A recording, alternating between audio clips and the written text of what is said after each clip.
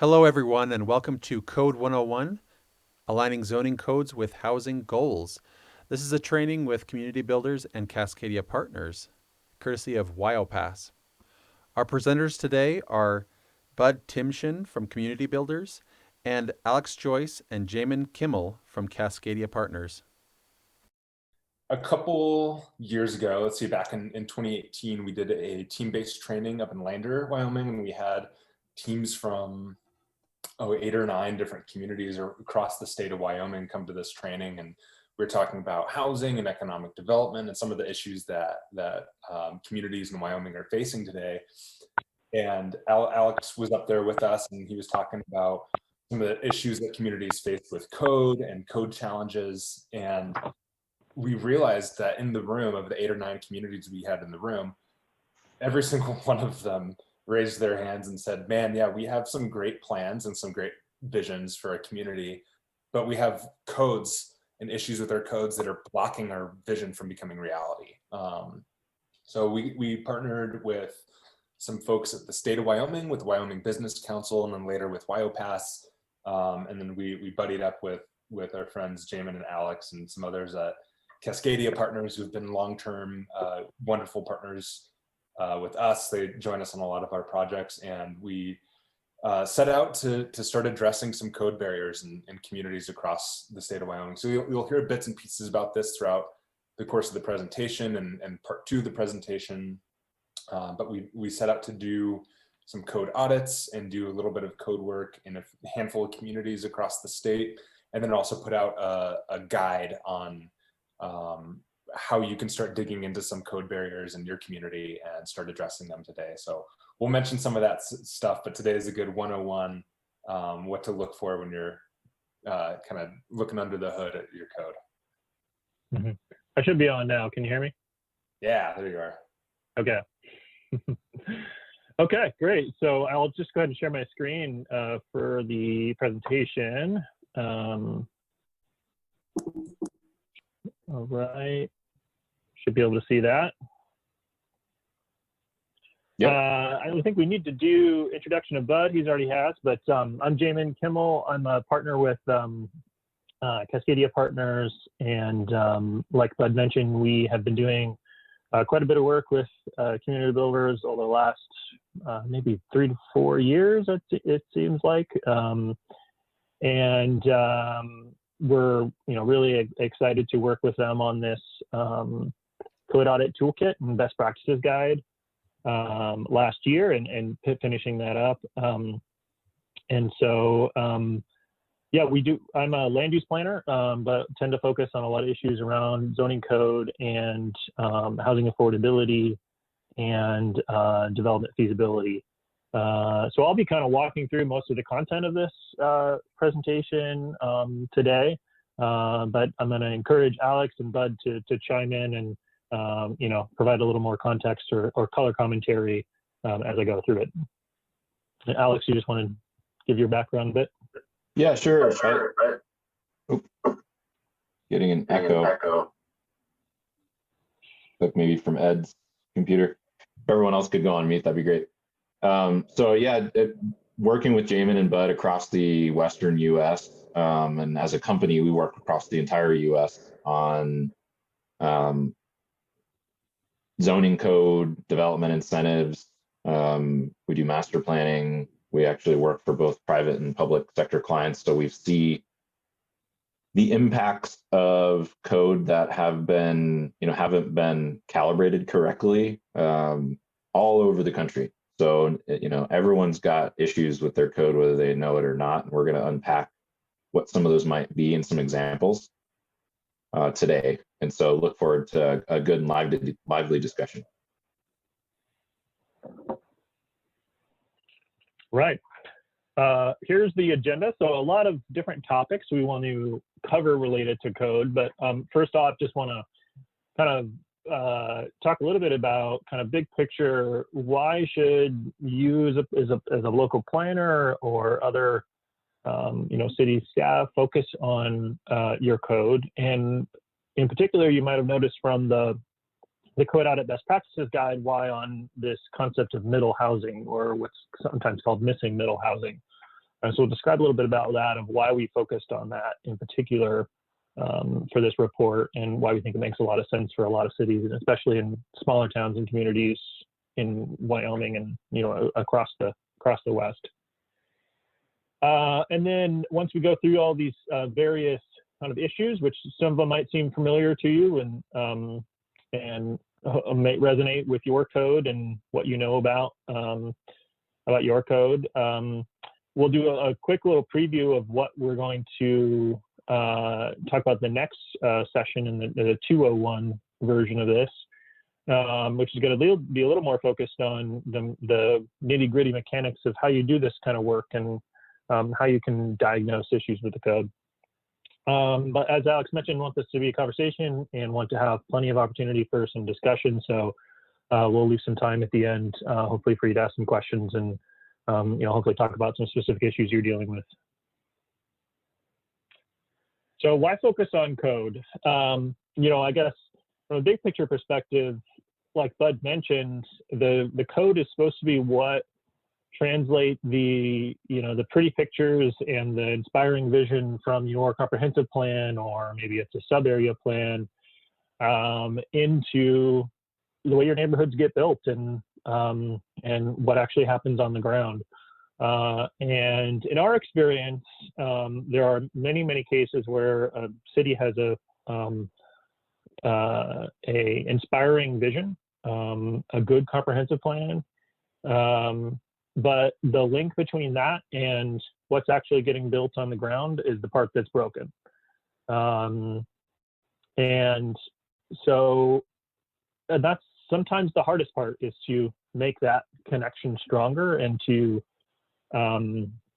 make sure that, you know, the nitty-gritty pieces of your use regulations and your development standards connect back to the vision and the values and the guiding kind of principles in your comprehensive plan.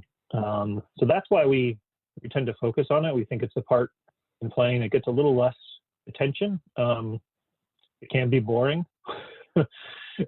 Code language is not fun to read most of the time.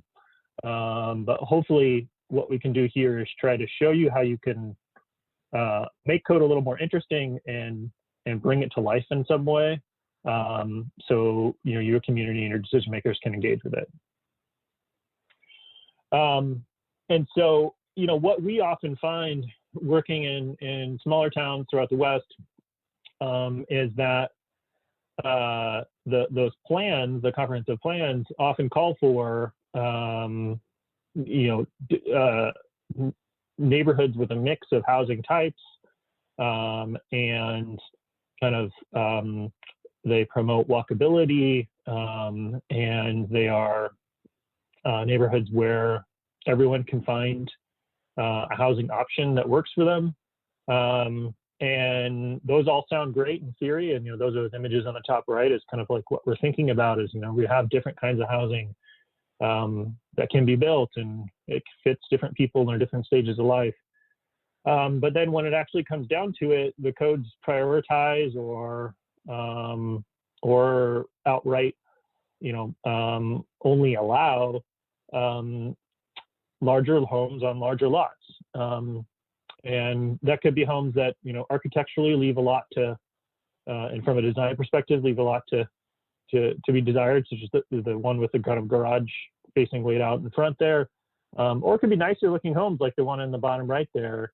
But it's still a large home on a large lot, and that's just not accessible to everyone, and not everyone needs that. So how do we reconfigure our codes to align better with what the plans are calling for?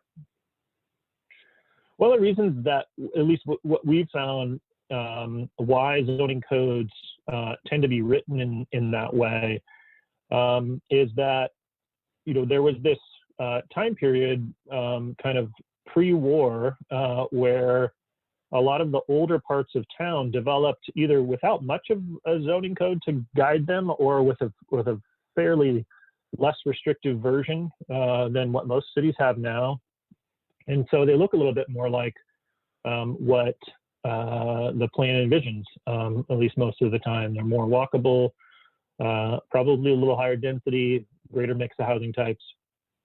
But then as kind of suburban development, and as planners, most of you should be well familiar with this story of the post-war era and the boom in suburban development that happened. We found that a lot of the codes that were written to regulate greenfield suburban development then were applied to old core neighborhoods, inner parts of town that have a different lot pattern and usually have a wider variety of housing types that may not be only single family detached housing. And so now we have this issue where over time, these codes that were written for greenfield suburban subdivisions now apply to the entire city or to areas where it really just doesn't make sense. So we found that a lot. We think that's one of the reasons why your code might be kind of broken. A few notes, just big picture about how we approach code and some assumptions we have. Codes are not gospel. I think because it's adopted and it's written in this very legal language, we tend to think that it was well thought through from the beginning. And sometimes that is true, but sometimes it's not. Sometimes they can be very arbitrary. And so, just kind of getting that idea in your head that this document, even though it's has this legal weight, and that doesn't necessarily mean that it's that is perfectly thought through. And also your decision makers might not really fully understand the code. And sometimes for good reason. They're very complicated documents. And planning commissioners or city councilors don't have a lot of time to become familiar with all of them. They'll be familiar with the code sections they deal with related to current development. But if you're not getting a development in an area, then they might not be familiar at all with that code. So we just find that decision makers are consistently surprised when we bring up issues in the code.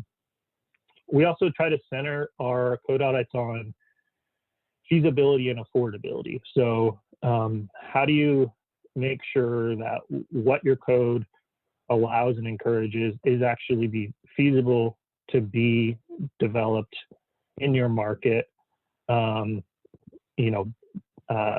and based on, and it is a match to the housing types and that you need.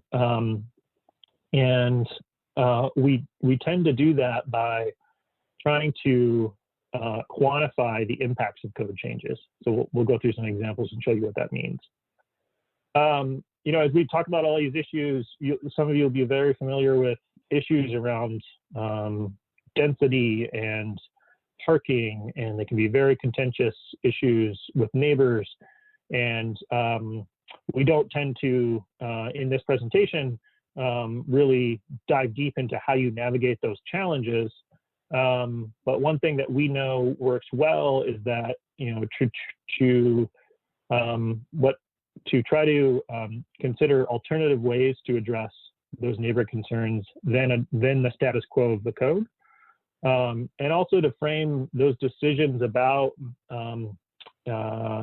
impacts on neighbors as a trade-off with feasibility, affordability, and other issues. So it's important to think about not just that there will be more on-street parking and maybe that will impact the existing neighbors, but is that more on-street parking worth it, given that what we're getting from that? And that's the trade-off that typically isn't discussed. So we think it's an important part. And Bud could talk about this, but you need a team that champions and a whole process to go through a code update. And so we don't focus a lot on that now. It could be a whole other session on kind of organizationally and how you kind of lead a city through that process. But really focus on more of the technical elements in these sessions. And then updating your code won't fix everything. There are so many issues related to why you might be not getting the type of development you want or the type of housing you want your community wants, the cost of construction, cost of infrastructure, all kinds of other issues. But the key nugget here is that the code is the part that you have control over, or probably the most control over as a city. So it makes sense for cities to really focus on it. It's something they can do to advance affordability.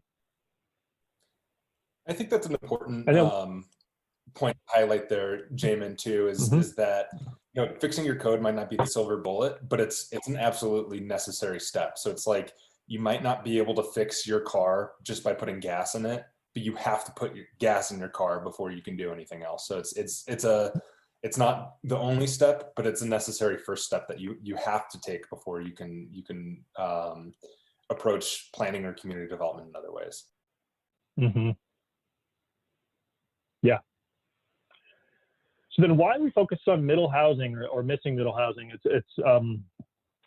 We often talk about it in the report. And so kind of first off, what is middle housing? I think this is becoming more of a mainstream idea now. But to kind of recap, the key part of it is that these are housing types that are somewhere fall between a detached single family house and a larger, maybe 3 to 4 story apartment building. And the challenge we often find with codes is that they're written in such a way that it's either single family or multifamily, and anything that's in between is kind of usually grouped in with multifamily. Even though all of these smaller, more compact middle housing types can look and feel a lot like a single family house, and can fit in single family neighborhoods. So that is the concept here, is that let's be a little bit more nuanced about how we treat housing types and how we think about what types of housing might be appropriate in each neighborhood. What are some of the features of middle housing, and kind of why it makes a lot of sense to focus on? It typically is smaller units. So, you know, you're trying to fit more units on the same size lot, basically. And, you know, encouraging smaller units makes a lot of sense demographically. That's really what's needed. And that's one of the only ways for private developers to make housing more affordable is to make it smaller. And that's not going to solve all your housing issues. You still need larger homes for large families, but often that's the part of the market that is underserved, is for smaller units. Lower parking ratios, so just not as many parking spaces per unit typically needed, primarily because the units are smaller. This idea that it's ground related, so these are not 3 to 4 story buildings typically. They're 2.5 stories, 2 stories. They have the same feeling of, usually the entrance is close to grade or close to the street. It's connected to, it can fit in with single family neighborhoods because it's of the similar scale. Usually they integrate private and shared open space, and especially with concepts like a cottage cluster, which we'll talk a little bit about. They can be detached, like in a cottage cluster, or they could be, just a small lot single family, or they could be attached. And they're more accessible for small developers to build, which is a real asset to try to open up more opportunities for your local smaller builders to try to build this kind of product versus a larger apartment building, which can be much more complex. Middle housing is sustainable. So there's been some studies on comparing the vehicle miles traveled, water and energy use, stormwater management, other environmental impacts of housing, and middle housing with a lower footprint and a smaller building can be more sustainable than larger single family housing. Can be fiscally responsible. So this is a comparison of a cluster housing development, so with 28 units on 2 acres, and a more conventional detached subdivision. And you can see there at the end the value per acre of the middle housing cluster subdivision is significantly higher than lower density detached subdivision. So it pays off from a property tax perspective. Middle housing is attractive. It's very Instagrammable, you might say. I think people are looking for different kinds of options and different kinds of housing types that can fit them in different stages of their life, and it's attractive in the market, and there's demand for it. It's more affordable. So, like I mentioned, the challenge is that the primary way that housing can be made more affordable by the private market is to make it smaller. And most middle housing types, by kind of their definition, are smaller units. The challenge is that most code requirements now don't reward developers for building smaller units. They tend to encourage larger units. So we'll talk a little bit more about that. And also, middle housing is probably already in your community. So this is something we try to do whenever we're doing a middle housing project, and we would encourage you to do as well, is go out and tour around. This is from Laramie, and this is just me Google street viewing around to try to find middle housing. And you'd be surprised how often you find it. Duplexes, fourplexes, townhomes. You start to take a look and you realize that these housing types are probably already in your community, and especially in the older parts of town.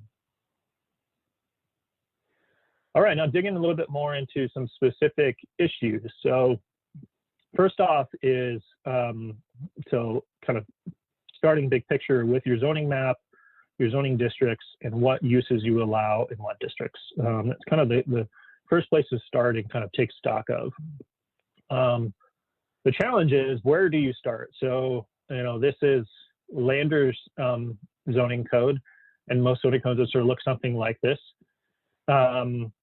They can be overwhelming. There's a lot of information in it. How do you know what's most relevant, and how do you summarize it in a way that you can understand?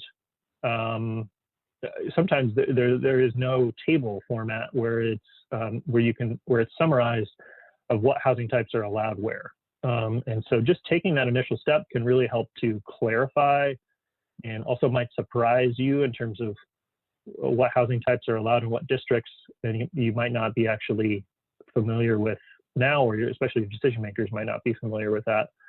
So we typically start a process with this. So taking this kind of language,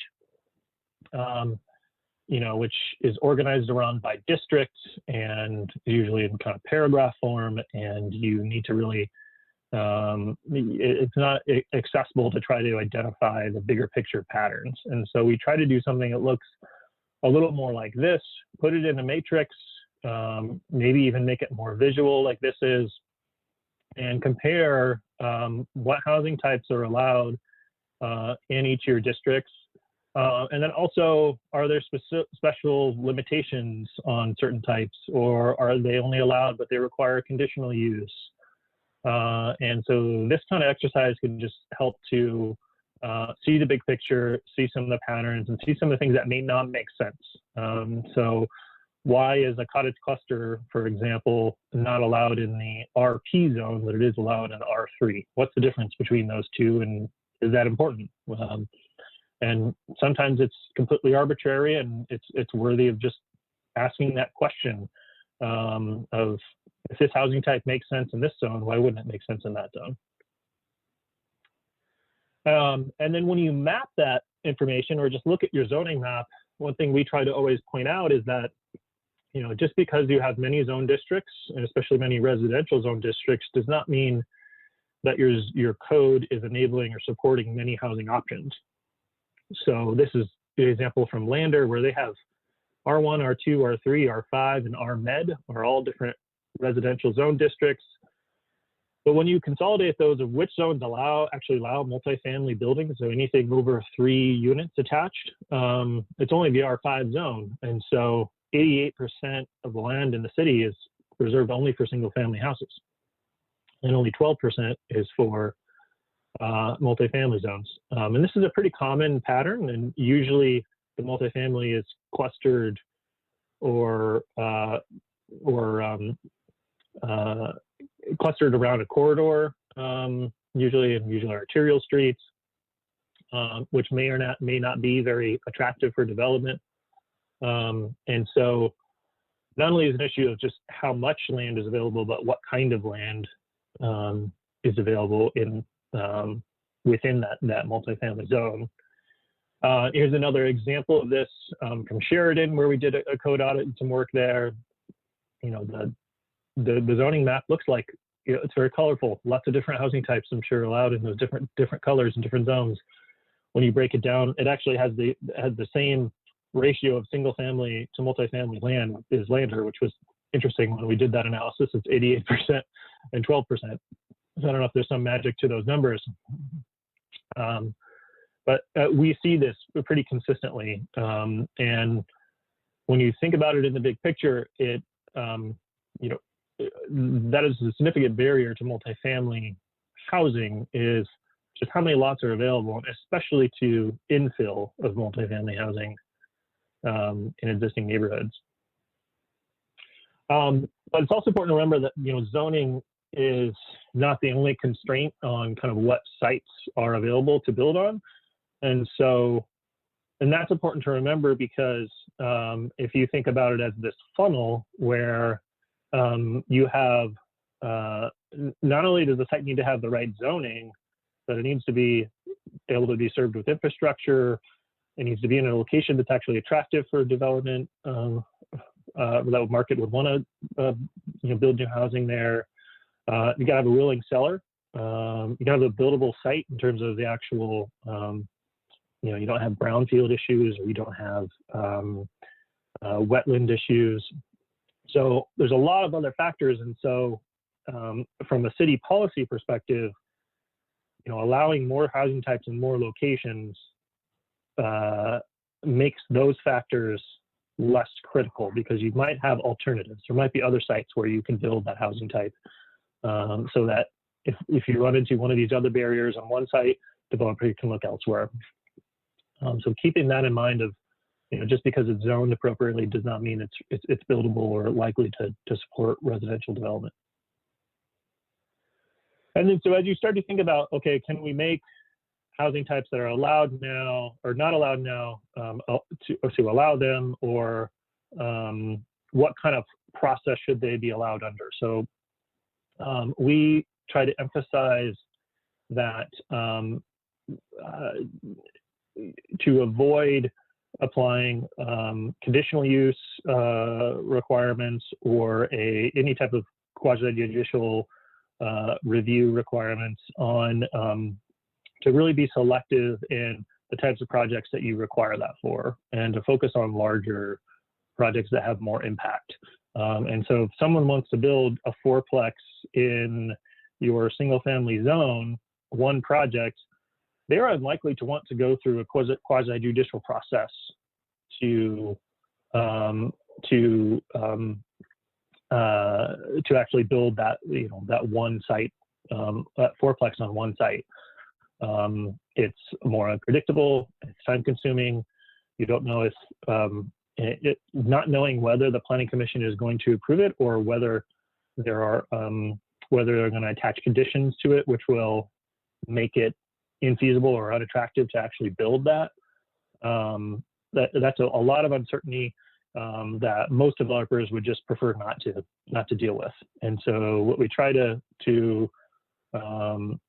focus on is, if you want that housing type in that zone, make it permitted outright, and adopt clear and objective standards that can be applied by staff through an administrative review that address concerns that you're worried about. So, you know, sometimes a conditional use is just put on a use as a way to catch issues that you expect that could happen potentially. And a better approach is to anticipate some of those issues, put in objective standards to try to address them.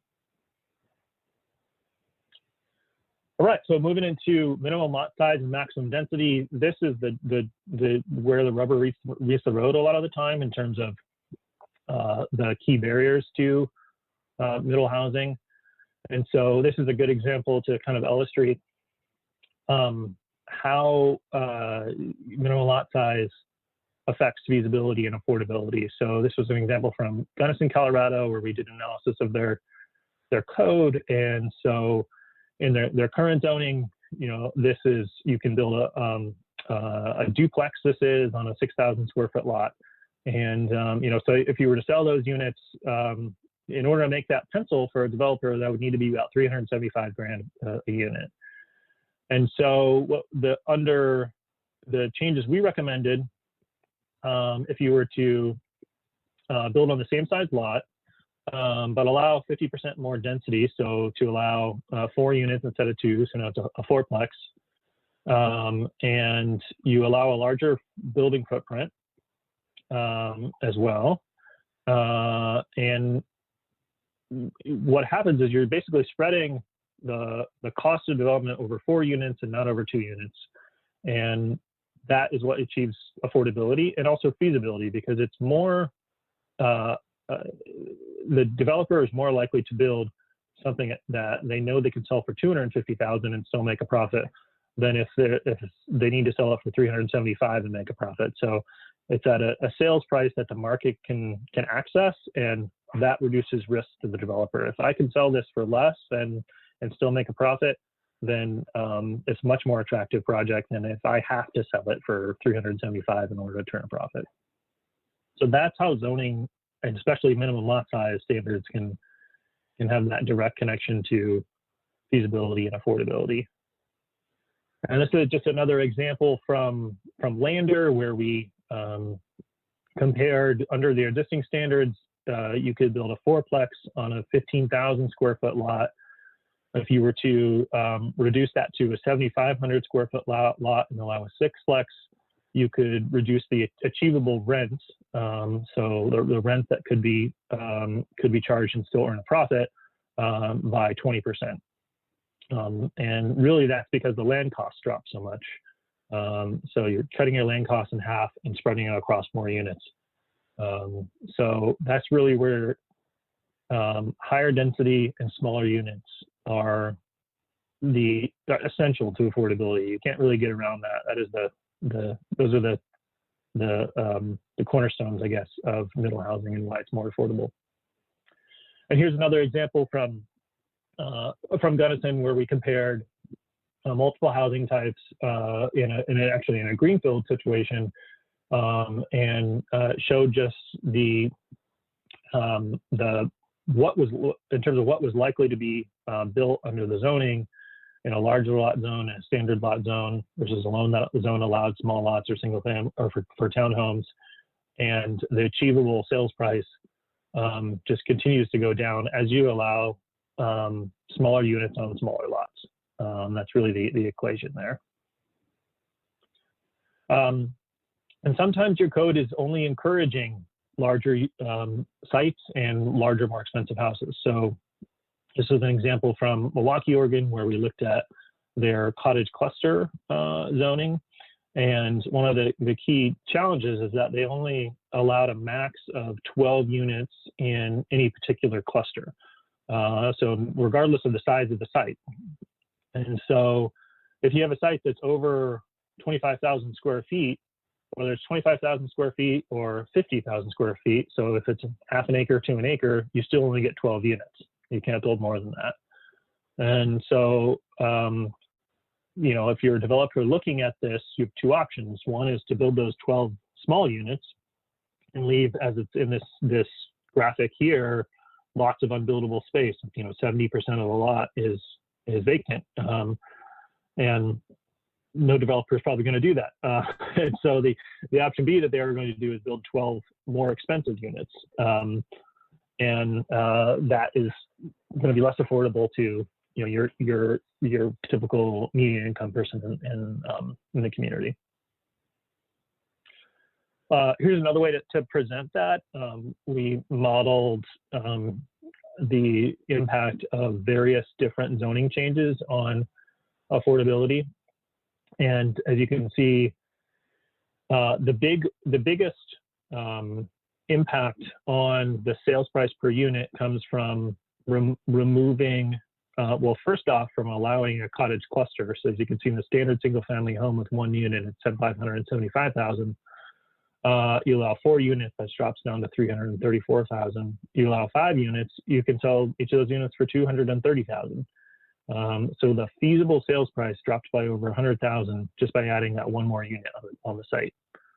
And that's really where density, smaller units can enable more affordable housing. And then you layer on other changes to allow maybe additional units because you remove other barriers to higher density, setbacks, open space, on-street parking. It continues to chip away at the feasible sales price. And so another reason to focus on minimum lot size is that larger sites are usually just very hard to acquire, especially in your existing neighborhoods that have already been platted, are partially developed or mostly developed, and you're looking at infill or redevelopment. So in that example from Lander, that R5 zone there in pink that allows multifamily, if you were to look at, okay, which lots in that zone could you actually build a 12-unit apartment building on? And under their current minimum lot size requirements, you need a 36,000 square foot lot, so almost an acre lot. And so again, it's this filtering of, sure, there's a lot of this property in the R5 zone, but the ones where you can actually build a kind of a decent sized apartment building on are even further restricted, and they're further away from the core of town, might have more expensive infrastructure to serve them, might be less attractive to develop in that location. So all kinds of issues come up when you apply that additional filter of minimum lot size. That's a good thing. And too. another issue, When Jamin was talking about mapping some stuff out earlier and seeing, what parts of your town you can do multifamily in, what you can only do single family in. We did that in Lander, and we counted. Lander's not that big of a community, but we counted over 200 lots that were just absolutely unbuildable. You can't build anything there purely just because of minimum lot size. And that exercise of mapping that out and actually counting how many lots you just can't build anything on was, I think, really helpful for helping, decision makers and electeds actually understand the impact that something like minimum lot size can have on your community. So that can be, pretty easy activity to do, but a pretty impactful thing, because otherwise it's really hard. Something like minimum lot size is really abstract and hard to wrap your mind around, but counting those lots and even mapping it out can be a pretty fruitful activity for explaining how important that is. Mm-hmm. Definitely. And part of that too is looking at what are the sizes of your typical lots, and how does that compare to the minimum lot size? Because a big reason that large sites are really hard to acquire is that they usually require assembling multiple lots. So this example of the 12-plex in Lander, you need basically a acre-sized lot and 36,000 square feet, and that would account for, or be equivalent to, 5 of their typically existing platted lots in the core of town. So even if you bought a double lot and you maybe had a couple of neighbors that had or that were houses on the other 2 or 3 lots, and let's say that they're looking to sell, but still trying to acquire all 5 of those lots at the same time can be a just complete non-starter for a lot of developers. They just will not look at that unless it's a really attractive project. And so, assuming that a developer can or is willing to acquire multiple lots to build a project is is kind of a sure way to make sure that a lot of housing doesn't get built in those infill lots. In order to do that, and helpful exercise similar to what Bud was saying is to map out what your existing lot sizes are. Sometimes your community, your decision makers might not be familiar with that or might even surprise yourself. And so we typically try to do this, use your tax lot data and do some GIS work to map out what are the typical lot sizes and what's the distribution look like, so that as you're starting to think about, okay, well, if we want to allow more duplexes, what should be the minimum lot size for a duplex? You know, in this example, this is from Laramie. Well, maybe we want to allow it on 4,000 square feet, so we don't exclude those 338 lots that are between 4,000 and 4,500 square feet. You know, if we're wanting to allow this in as many places as possible, let's set it at a point where we don't unnecessarily exclude a lot of properties. This is another example of that playing out in Laramie. So we did some work there on testing out some development concepts on some specific sites. So this is kind of the base case of what you can build into the existing zoning on this site, which is this site that's shown here in previous. So I think it's about 7,000 square feet, kind of an odd shape to it, but it has alley access. And so under the current zoning, you could only build 3 units.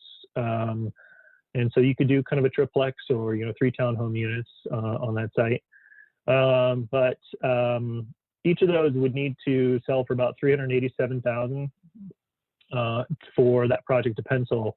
And so we try to connect that to what type of people in your community can afford a $387,000 house. And so we look at, you know, occupation data and incomes, and we pull out some examples for people to make that connection between what do you have to make and what kind of job do you need in order to afford that type of house. And, you know, for this example, you have to make, you know, upwards of 120% of the median income or almost $80,000. And you have your doctors and professors are the ones that can afford that. So your workforce, plumbers and nurses, will not be able to afford that housing type. If you make some changes, so this is where we tested out on some code changes in an alternative concept and could show the difference between the two concepts. So under the existing zoning, you can build 3 units. If you were to update it to allow up to 5 units, smaller units, so 900 square feet versus 1,600 square feet. So these are more like cottages rather than townhomes. But you could sell those units for $228,000 each, and that's affordable to your typical plumber who makes, you know, 40 to 50 grand. And so that's making that connection between higher density, smaller units can help to meet the needs of a wider swath of your community.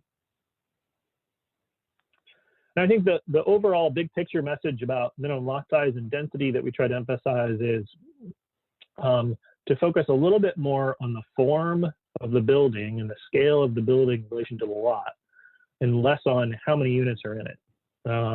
And this is a good graphic to illustrate that, because what you can see is that these are the same size lot, the same size building. So from the outside, what might be indistinguishable, whether it's one house or 8 units. Now, there's going to be more cars parked and such if it's 8 units than one house, that's for sure. But it's not, at least from an architectural perspective and from a neighborhood character perspective, the form of it is exactly the same. But the density ranges from 7 units per acre to 55 units per acre. And so, you know, if we're using density as a way to regulate development, and saying nothing over, for example, 15 units per acre or 12 units per acre or 10 units per acre is allowed, you know, effectively excluding smaller, more affordable units. And so kind of easing up on density restrictions doesn't mean necessarily you allow anything and everything, just shift the focus to the form of the building and maybe even the design of the building, and less on how many units are in it.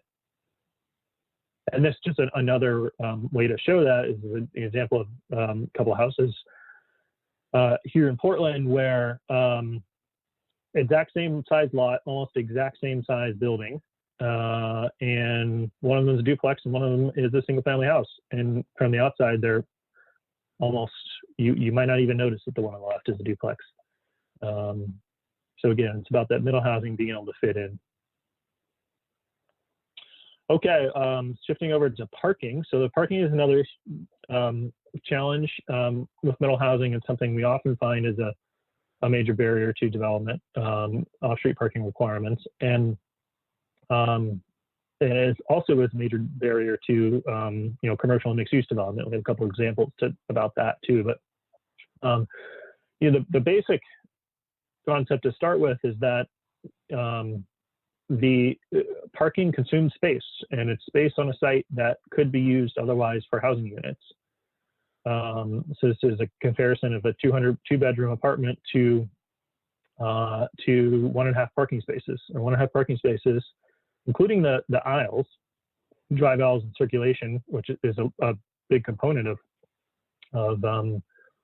taking up site area, is 485 square feet. So for your 2-bedroom apartment, you still have to allocate an additional, almost 500 square feet on your site in order to park that.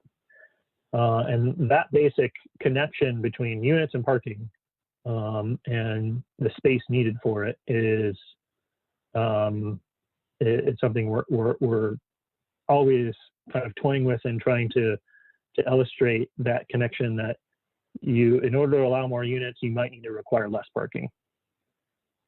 Here's an example of that from Sheridan. So under their existing zone standards, you would have to require 1.5 spaces per dwelling unit.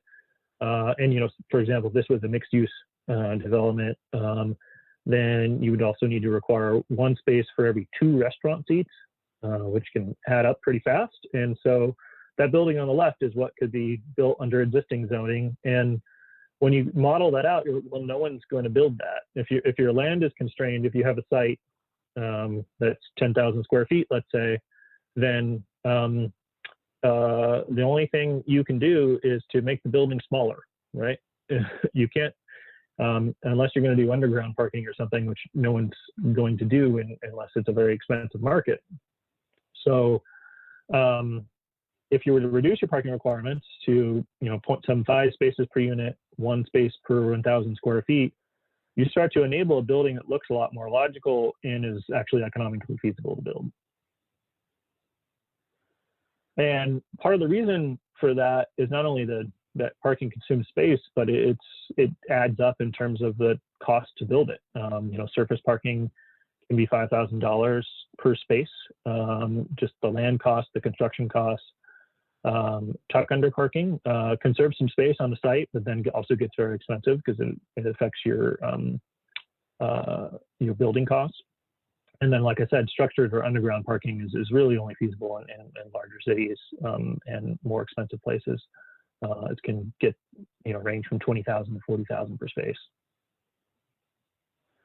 Here's an example from Lander where we modeled the impact of reducing parking requirements on affordability. And so under their existing zoning, you would, the rents that were achievable for that 25-unit apartment building were about $1,600 a piece. And that's something that's outside of what's affordable to most people in that community. If you were to reduce your parking requirements, I think this was to 0.5 spaces per unit, you could fit 41 units and your rental rates would drop from $1,600 to $1,300 per month is what's feasible. And $1,300 is a lot closer to what something that might be achievable for a household in Lander. Really the calculus again is being able to build more units, offset the cost of construction and development by spreading it over more units on the site. Parking is also a barrier to infill and middle housing. So, if we look at this is an example from Laramie of a fourplex that doesn't have alley access. So If you wanted to, that example there is one that's historical, and that image in the top of that already exists now. But if you wanted to recreate that, it's kind of a nice looking building. A lot of people might say, yeah, that makes a lot of sense. We would like to have something to look like that.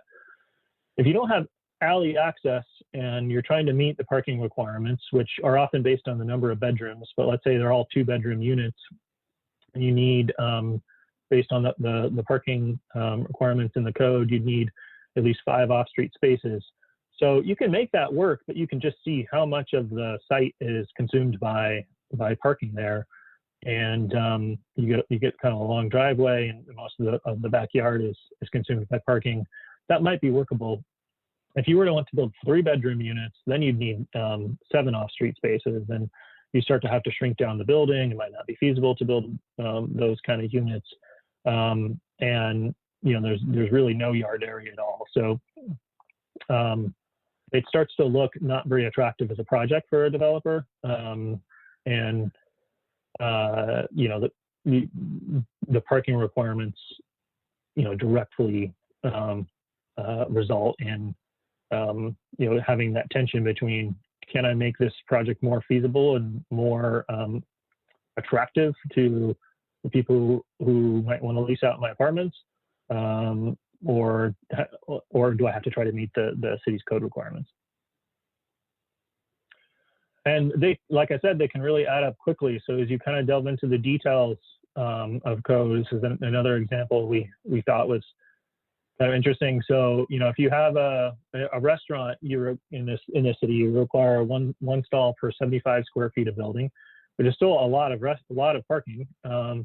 But then if dancing or entertainment is provided, then you have to provide 1 stall per 50 square feet of building, and that's 20 spaces for every 1,000 square feet. So what does that actually look like when you model that out? And so if you had a 10,000 square foot lot, only 10% of the site would be available for the business, and 73% of it would have to be for the parking.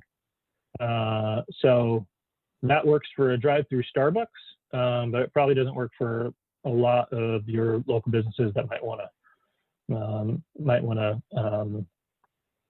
locate on a smaller lot, in and around your downtown. Okay, going to maximum height here. I'm going to keep rolling pretty quickly here to try to get through all the rest of this, so I leave plenty of time for questions.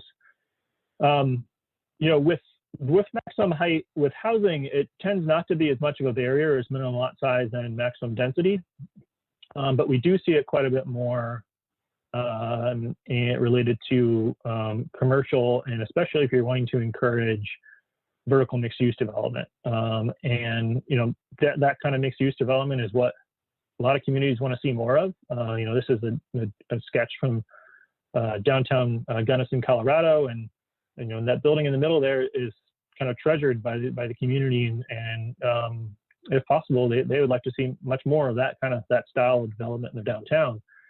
As we looked at their height requirements, so if you kind of take apart, like, well, how tall is that building, and what are the components of it? So to have a good attractive commercial space, you need to have a tall ground floor, which can be 15 to 18 or even 20 feet tall.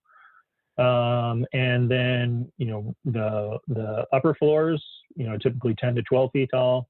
And then if you have any kind of, cornice on the top, that can also add to your height. So, this one is especially kind of prominent cornice, and that's another 5 feet, but that's part of the design that the community really likes. And so that requires 45 to 50 feet, but their code only allows 35. And so this is the building they like most in downtown Gunnison could not be built today under their code. So looking at what do you like most in your community, whether it's middle housing or mixed use development in your downtown, and could that be built today, is a good way of framing this for policymakers to help them understand some of these barriers. And really quick on that, Jamin. So just proof is in the pudding. So Gunnison hasn't had a development proposal in their downtown for a number of decades. We worked with them to get this and a number of other changes made and adopted. by council, by planning commission and council, and they have for the first time seen a development application for a new 3-story hotel. So, you know, it was a proof that the existing 35-foot limit was a real barrier, and now they've got a high quality hotel moving through the permit application process for downtown, which is a real shot in the arm for the vitality of their downtown. Mm-hmm. And another thing with maximum height to keep in mind is that it's really closely related to parking. So one thing we often find is that communities want to allow more height, but they are not are okay with allowing more height, but are really concerned about reducing the parking requirements. And so this is an example from Park City, Utah, with their affordable housing code incentives, and we did some testing on those. And one of the proposals was, okay, well, what if we allowed 4 stories instead of 3? What would that do to affordability and feasibility of building more affordable housing? And the problem is, if you don't reduce your parking requirements, you run out of space on the site to put any buildings, and so you do get more units, but it's really limited by the parking requirements. So, but for those, the parking requirements, you could have another 24 units fit on the site, which can have a significant impact on the pro forma and the feasibility of developing that property. So another just kind of best practice to think about with when you're talking about middle housing and how it kind of fits into existing neighborhoods. One thing we try to encourage cities is to, if you're trying to fit in, small apartment buildings or townhomes in your existing neighborhoods, think carefully about how you set the height limits. Typically there's just one height limit, and it might be measured to the top of the ridge of the house, or maybe to the midpoint, but it's, so it could be up to 35 feet. And it usually, that standard is not altered for if a developer proposes to have, kind of a flat roof building, which would be probably out of character with a lot of single family neighborhoods, and pitched roofs are what kind of would fit in better. But if you have a 35-foot height limit, and then you're effectively then encouraging a 3-story building with a flat roof, which would be less compatible. So a way to address that is, one way is a standard that allows up to 25 feet to either the bottom of the eave or the top of a parapet on the flat roof. So if you have a flat roof, you have a 25-foot height limit. But if you have a pitched roof, you can extend beyond that and go up to 35 feet. And the 35 feet is measured to the top of the ridge. And so what that does is encourages basically a 2.5-story building instead of a full 3-story building. And it also encourages a pitched roof. So you can get that extra half story if you provide a pitched roof. You could not get that extra half story or story with a flat roof. So again, trying to calibrate your standards to get what you want, make development more feasible, but also make it kind of fit in with single family areas. So setbacks, landscaping, and open space. These also tend to be come up as barriers, a little less impactful than parking and density, but still important. So we have an example here from Park City, Utah. Here's kind of some of the older parts of town in Park City. A very, very expensive place. It's a resort community. Median home price there in 2021, just looked up today, is $1.5 million. So a very, very expensive place, and they're really concerned about how they can build more affordable housing. But you can see that's what the old part of town looks like. It's pretty dense. It's pretty built up. But if someone was to come in and want to build a new project and take advantage of their affordable housing incentives, if you add up the landscaping requirements, the open space requirements, and the setbacks, they'd require up to 73% of the site to be an open space. And based on the cost of land in Park City, that's $5 million per undevelopable area on the site. and really constrains how many units you can build. So just, the lesson there is to think about how do all these things add up, and the cumulative impact of multiple different standards like setbacks and open space. But also grappling with that, is all that open space either consistent with our character, or is that worth the effect it has on feasibility and affordability? So again, having that trade-off conversation. Another thing about open space is that, this kind of image is what we tend to envision when we require open space and landscaping and these kinds of, really nicely planted and landscaped spaces and look active and lots of people in them. But we often get, it looks a lot more like this. And so, just really thinking, probably focusing more on your zoning, on the design and the quality of the landscaping and its visibility to the public. So we tend to recommend, require less area of the site be landscaped, but adopt some standards for, how many trees and shrubs need to be provided and how much of it can be in just grass or kind of bark versus actual vegetation, and also requiring some portion of it to be in the front yard is also a good approach, so that it's a public amenity and contributes to the character of the area. So on that note, a couple of quick things on design standards, which also tend to come up less in smaller communities, as they don't have as many design standards usually, but occasionally they do. And the first point I'd make is that, design standards need not necessarily conflict with affordability. This is a thing that comes up often with, in the work we do, is asking this question of, well, why would we put design standards on housing if one of our goals is more affordable housing types? Isn't that going to make it more expensive? And we try to maintain that that's not necessarily true, actually, and there are ways to write design standards to prevent the things that you probably don't want and may not be compatible with your neighborhood. And the example on the right might be one of them. It might not be. Maybe that's something that your community would be okay with.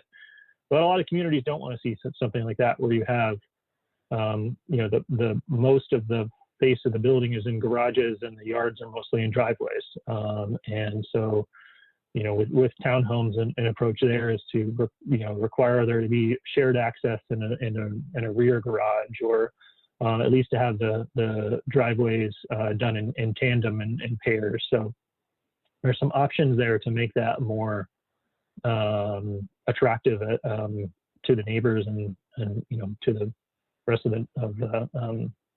to fit in with the rest of the neighborhood. And a couple of ways to achieve that. One is to try to make clear and objective design standards.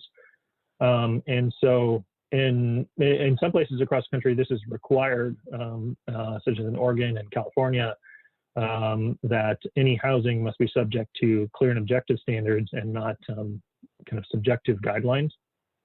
But this example is just trying to illustrate the difference between clear and objective and not clear and objective. So this is the intent here is the same, and it's about articulation and massing and having enough variations at the side to create some interesting experience from the street. And the one on the left provides multiple options for how you can meet that intent, and it specifies specifically what kinds of features and what other dimensions would meet the intent of having articulation and variation in kinds of elements. So this, to a developer, can actually be more attractive, even though it might look more prescriptive. There are still multiple options for how you can comply with it, and it is more predictable. You know that if you provide a porch that's 6 feet deep, you're going to be approved by the city. On the other side, if you have a standard or a guideline like is this, where it says, kind of things that are a little hard to kind of get your head around, as will provide the street articulation and give interest and variety to the streetscape. Sounds good, but how do you know whether or not your project is doing that or not? You have to rely on the planner's interpretation of that, the planning commission's interpretation of that, and so it introduces a lot of uncertainty, and developers don't like uncertainty. And here's just another example of that. Again, that idea of providing multiple options to satisfy the design goal. So the standards can be specific. For example, here, this one says that window recesses should be at least 3 inches, or you provide a minimum of 3.5-inch width trim. So those are specific, but you don't have to provide all of those features. You can choose from 4 of these, and as long as you incorporate 4 of those, that's achieving the intent of having a detailed detailed design of the facade. Okay, last topic is accessory dwelling units. So these are a really often a good first step if you're thinking about enabling different housing types in your code. And there's a lot of benefits to them. I guess if you're not familiar with the term, you might have also heard things like it might be called a carriage house or an in-law unit. It could look like a basement apartment. But the basic idea is in single-family neighborhoods where maybe a duplex is not allowed, or a duplex is allowed but has certain standards it has to meet. Cities have allowed accessory dwelling units as kind of a compromise between a single-family house and a duplex. So you can have one additional unit, but we're going to restrict kind of how large it is and maybe how visible it is from the street, and have some special standards. But basically the idea of having a smaller additional unit makes sense for a lot of reasons. It's kind of a gentle infill. It allows multi-generational living. So your aging parents could live there, right? Generating income for the homeowners. You could rent out the unit and reduce your housing costs. Building on existing lots, so they are kind of an incremental density option by adding new units on existing lots rather than full-on raising and redevelopment. And they tend to be smaller units, which are more energy efficient, like we discussed, is related to all middle housing. As I mentioned, they can take a number of different forms, converting a basement into an apartment, converting a garage into a dwelling unit, building just a cottage in a backyard, or kind of an attached addition that might look like it's just a part of the house in addition to the house, but it actually has a separate dwelling unit in it. And on that point of that, ADUs can help to offset the mortgage costs. This is some data we pulled together to illustrate this for, I think this was for Tillamook County in Oregon, and the different options that are available for a homeowner to reduce their housing costs if they can build and rent out an ADU. So it ranges from, if you rent one of the ADUs, your mortgage payment will go up because, let's say, you finance the construction of the ADU, but your net mortgage payment after you deduct the rental income you're generating actually goes down, and that becomes even more advantageous if you live in the ADU and rent out the main house, which is something that a lot of ADU people who have built ADUs tend to do. Another option is, in some communities, they're allowing 2 ADUs. So maybe one's detached and one is attached, or a basement conversion. And so we ran the numbers on that, and the net more housing costs for the homeowner could go from, prior to, if you're living in one house with no ADUs, $1,800 to down to $600 a month. So, really can be very advantageous for especially kind of younger families or just starting off, first-time home buyers, aging parents who want to downsize. There's a lot of different reasons why this makes a lot of sense. So in terms of code, where are the barriers to ADUs often? So first off, you need to define it as a housing type and allow it in your residential zones. But the three kind of big poison pills for ADUs are density or lot size. So red flags we often see is if you have a maximum density in the zone, adding an ADU to a site usually will exceed the maximum density. So a lot of places actually don't count the ADU in the density calculation. The minimum lot size might be larger than what a standard lot is. That's a red flag as well, similar like we were talking about for other middle housing types. And if you say that only a house with an ADU can only be on an 8,000 square foot lot, but most of your lots are 6,000 square feet, you're just going to really limit where they can be built.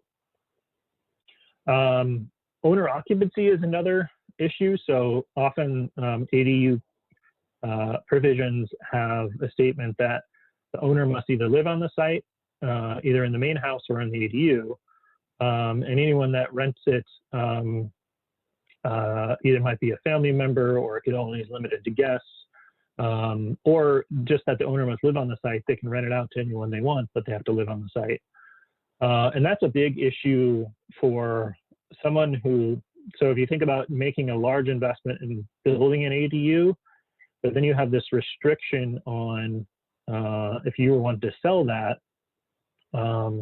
that the owner must continue to live on the site, which just complicates a lot of things related to financing the ADU and just the practicality of it, and it can be a real challenge. So we recommend just not having those kind of occupancy restrictions.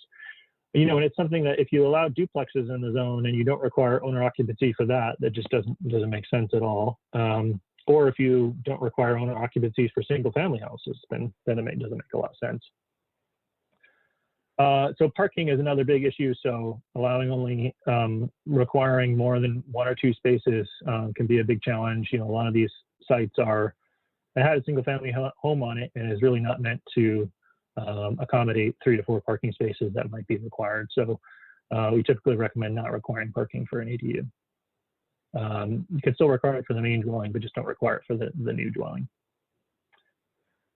So just wanted to point you to the AARP has done a lot of work on ADUs, and they have some great resources out there. Someone from our firm, Robert Liberty, who's a Cascadia or a strategic partner, recently put together a model state act and zoning ordinance. So I would check that out for some other tips on ADU code. All right, so then next week we're going to be digging more into, or not next week, next session, more on our code audit tool and some of the, like I said, the nitty-gritty of how you do this kind of work, and kind of walking through step by step how we do that testing of financial feasibility of zoning, and really illustrate some of these issues. So that's just a quick preview of what we'll be going over. So look forward to that, and we'll wrap up. Time for questions. I just wanted to say how nice it is to hear from the land use side of the business. Again, I got a degree in urban planning in 1981. So a little rusty. I've been working in transportation for many years, completely different set of issues involved. So it's interesting to hear the latest and greatest in the land use world. I appreciate that. Thank you. Well, sure. Yeah. I think, Cascadia, we're all kind of land use planners in some way, but we try to bring different perspectives to it and think about it from a developers and economics perspective too. Well, one of the biggest laments that transportation planners have is that they have these old Euclidean zoning styles where the land uses are so dispersed that everybody has to get up and drive in the morning. The janitor can live in one area and the CEO can live in a completely different area, 30 miles away, but they all work in the same building. I'm a strong advocate for mixing different housing types in the same vicinity so that all the people in the building can live in the area. Yeah, and I think that's another rationale for why a lot of communities are looking to middle housing and opening up single family zoning to different housing types is diversity in the neighborhood, incomes and classes, and also reducing, you know, the exclusivity of certain neighborhoods, which happens if your zoning only allows you to build a big house on a big lot.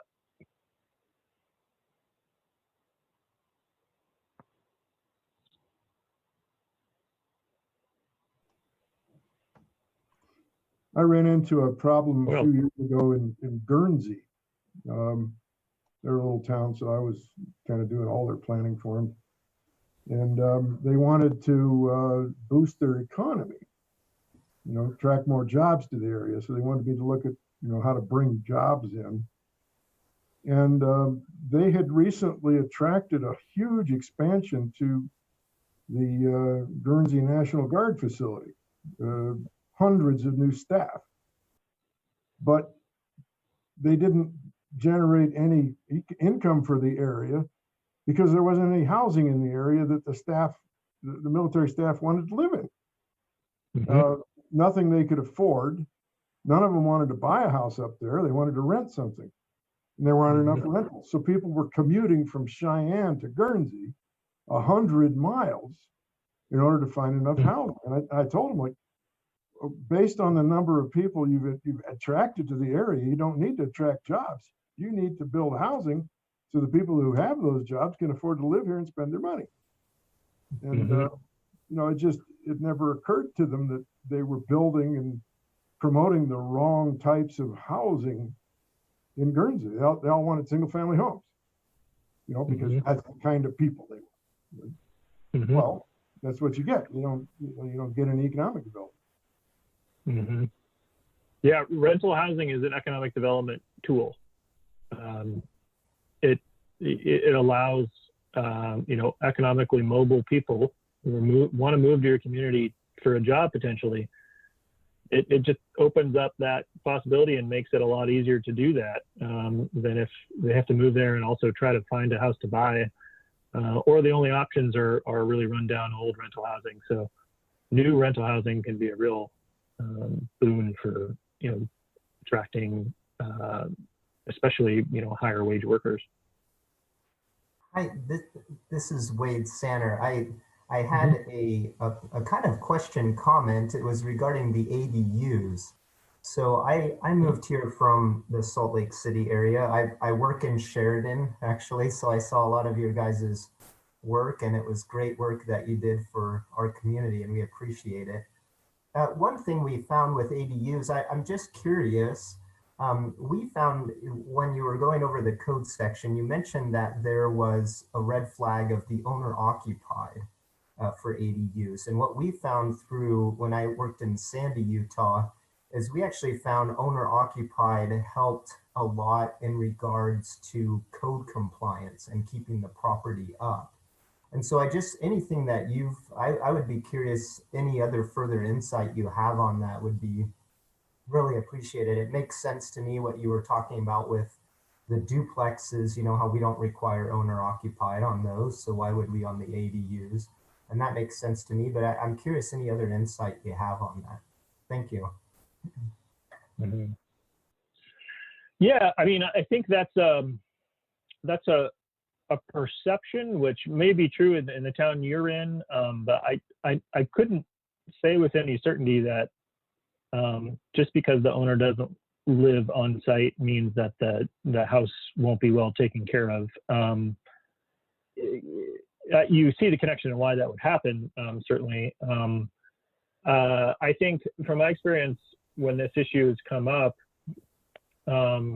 it's again a trade-off decision. So do you want to limit the possibility, and owner occupancy is a real significant barrier. So it is a significant limit on building an ADU, and is potential code enforcement issues kind of, if you weigh that against the allowing, you know, another housing unit and all the benefits of ADUs, is it worth that trade-off? And I think that's the discussion that should be had? And also, is there an alternative to address those code enforcement issues rather than, the solution being owner occupancy? Is there another solution, which might just be, more funding for code enforcement or other ways to try to make sure that maintenance is upkept? It's a high cost, I guess, to adopting an owner occupancy requirement, and communities should just kind of grapple with that cost and weigh the benefits and trade-offs. And the thinking there, thank you. And the thinking there then really is you're looking at providing more housing stock, and so that really should have paramount weight then for, like you were talking about weighing the code enforcement and other things. Yeah, makes sense.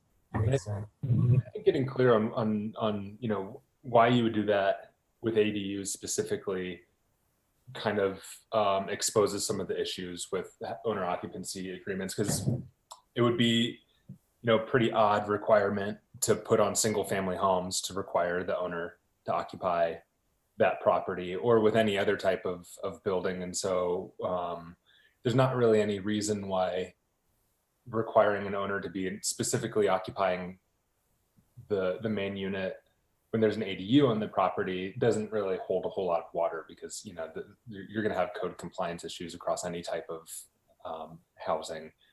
So it is something that kind of almost seems to, those requirements seem to almost unfairly pick on ADUs. And I've always thought it's kind of funny, because there's a little bit of a break in the logic that you would never do that in a single family home. And you can still get really good results, from having ADUs go out without having the owner occupying the main unit. So I think an example is, here in Glenwood Springs, my wife and I purchased a home when we first moved here, and we popped an ADU into it, and then had the opportunity to purchase another home, and we're doing the same thing. When we retained ownership of the first home, so we don't live there, but we get to rent out both sides, and it's kind of a win-win for the neighborhood. Now there's, instead of one home, there's two homes, and there's two very well needed units in the neighborhood. And even though we don't live there, we're still able to very well keep it up. And so it is an easy way to mobilize a small army of landlords and mom and pop developers who otherwise wouldn't be able to provide that type of product for their community. And the owner occupancy requirement is something that kind of just immediately crushes that ability. So that is a major red flag there. Sorry, this is Paul. I was going to comment. In some of the work I've experienced, sometimes ADUs are, I don't know if notorious is the right word, but are associated a lot with Airbnbs and those short-term rentals. And I know that some communities really try to restrict those in different ways if they're not able to outright, eliminate them. And that owner occupancy is one of those methods to sort of, and it does, like you said, it applies to single family homes and other ones, but it just, those ADUs seem to have that brand of Airbnb with them.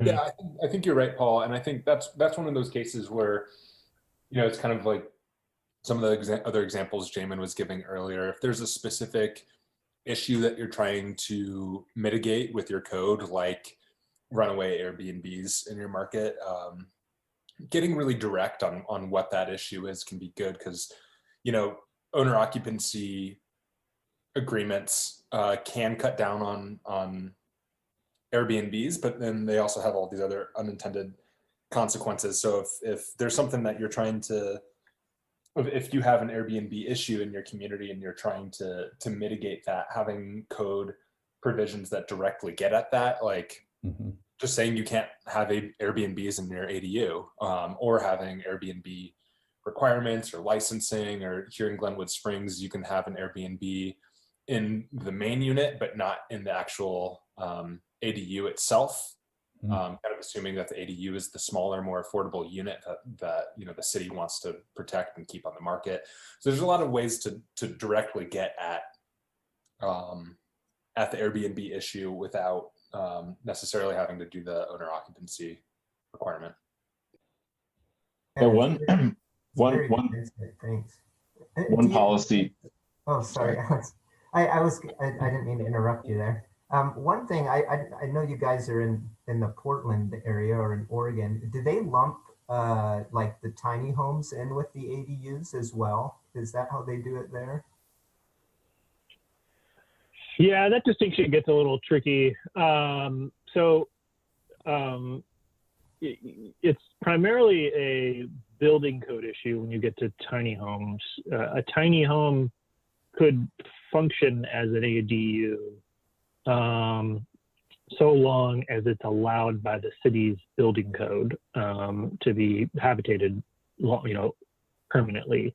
Part of the issue that most cities have in this is that a lot of tiny homes are built to an RV code, and so they're really classified as a recreational vehicle, and so the city doesn't allow the tiny home for that reason. But if it meets the same building code requirements, that would be subject to a stick-built home, or there's kind of new alternative building code requirements. I know some states are developing for tiny homes. So as long as it's going to be approved on the building code, then yeah, it could function as an ADU. But yeah, it's a little tricky. Thank you for that insight. Sorry, Alex, I didn't mean to cut you off there. No problem. I mean, I think there's another dimension, not to get in the weeds, I know we're at time, but just like that, sometimes capturing the market potential of short-term rental as a means to an end for a period of time can be a good public policy objective. So like, for instance, if you've got market demand for short-term rentals and ADUs can be can fill some of that market demand, you could allow property owners to capture some of that potential revenue stream for a few years, right, as a way to help them finance the construction cost of an ADU, because an ADU is going to be around for 50 plus years, right? Just that's the nature of structures built in the neighborhood. So but also ADUs are a challenge for single family homeowners in general to finance. So if it can be a means to an end to get more housing stock in the neighborhood, but just allow people to capture some value for a short period of time, there are tricks here that can allow communities to leverage the market potential to achieve broader objectives like an expanded set of long-term housing options in a neighborhood. Yeah, I really like what you guys said during the presentation, but also in the comments on the short-term rental issues, is that really it's about trying to focus on what are the actual issues we're trying to mitigate, and what are we trying to do? What was the full implementation and the full extent of what these regulations and codes are going to do in real life, and is that what we actually want? Are they really doing what we want them to do? So whether it be, for trying to limit ADUs, really what are you trying to limit? Are you trying to limit the noise and the parking issues and the spillover, all things like that? That's more the issue. The issue is not the short-term rental. It's those impacts, so. Again, thank our presenters for their insights and understanding and taking the time. Yeah, thanks. You guys did a great job. Yeah, Thank you all. Look Appreciate forward to it. next month.